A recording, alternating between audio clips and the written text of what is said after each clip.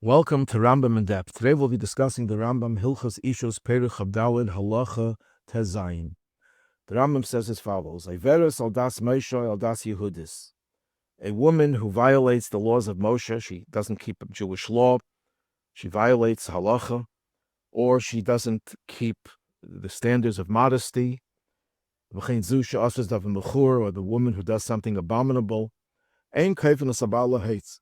We don't compel the husband to divorce her, although it's encouraged that he gives her a divorce, but we don't compel him to do so. But if he wants to stay married without a divorce, that's possible. What about Ketubah? Even if he didn't divorce her, he stays married to her, she's not entitled to the Ketubah. And the reason for that is as follows.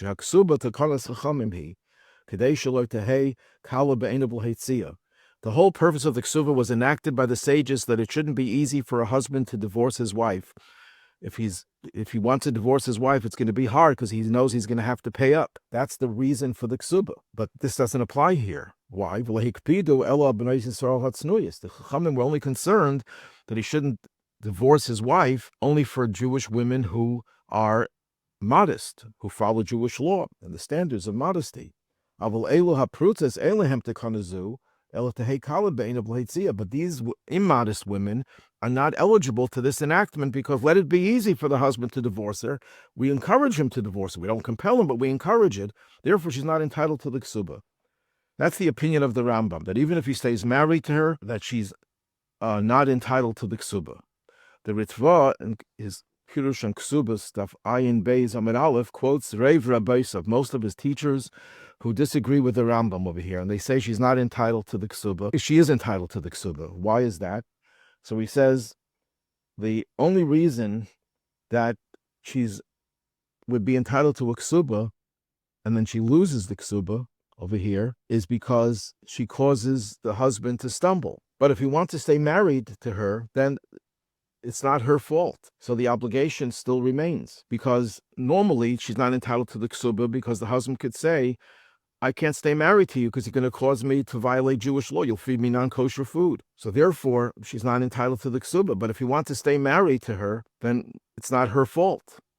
She's not causing the problem. He's causing the problem. Therefore, she's still entitled to the Ketubah. And we'll soon see that there's an afkamina, there's a practical halakhic difference between the Rambam and the Ritva that could apply to many cases nowadays. But first, a question on the Rambam. There's a Mishna mufareshes, a Mishna in Ketubah Daf Kuf Amid Beis, that if a man marries a woman that is forbidden to him, a Cohen, for example, marries a grusha, a divorcee, she's entitled to the Ketubah.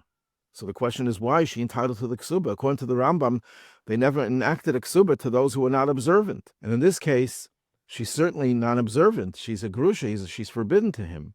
So let it be easy for him to divorce her. And on the contrary, he's required to divorce her. A Kohen cannot stay married to the divorcee. He has to divorce her. So why should she be entitled to the Ketubah? So the answer is, according to the Ritva, it's not a question. According to the Ritva, if they stay married, she's entitled to the Ketubah because he can't say, it's your fault. You're causing me to have to live in a way that I'm not allowed to live. She's not causing it. He wants it. But according to the Rambam, that it's based on the takana of a Ketubah, the Chachamim would never have enacted a Ketubah in this case. And the answer is, you're right. Chachamim did not enact a Ketubah in this case. But when he married her, the Cohen marries a divorcee, he's violating Jewish law at the time of the marriage. And he knows that he's violating Jewish law, and yet he's marrying her. And yet he's writing her a Ketubah. That means he's obligating himself to give the Ketubah. So it's not that the chiyuv Ketubah is because of the enactment of the Chachamim. The chiyuv Ketubah is because of his own obligation. On the other hand, when he married her, she was kosher, everything was fine, so she's entitled to the Ketubah based on the tekanas Chachamim. So in that case, when she violates Jewish law, she loses that right to the Ketubah because it should be easy for him to divorce her. But if they were married at the time of the marriage, she was already in violation of Jewish law. The husband was not allowed to marry her.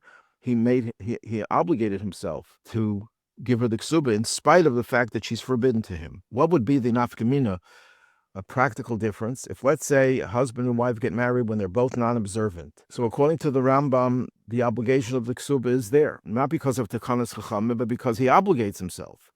Once he obligates himself, regardless of the Tekanas Chachamim, he's obligated to give the Ketubah. So what happens if later on he becomes a Baal Teshuva? Does he still have to give her the Ketubah? And the answer is yes, he'd still be obligated to give the Ketubah because the Ketubah had nothing to do with her behavior. It has to do with his obligation. He obligated himself at the time of the marriage. He was not observant, and still he obligated himself to give the Ketubah. Now that he's observant, that doesn't remove the obligation. True, the Kalas Chachamim doesn't apply, but his obligation applies. But according to the Ritva, that the reason why she loses the Ketubah because he can't stay married to her because she's going to cause him to stumble, the same thing applies over here.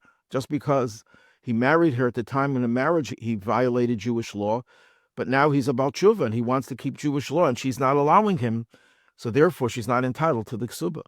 So that would be the practical difference between the Rambam and the Ritva's Rebbes.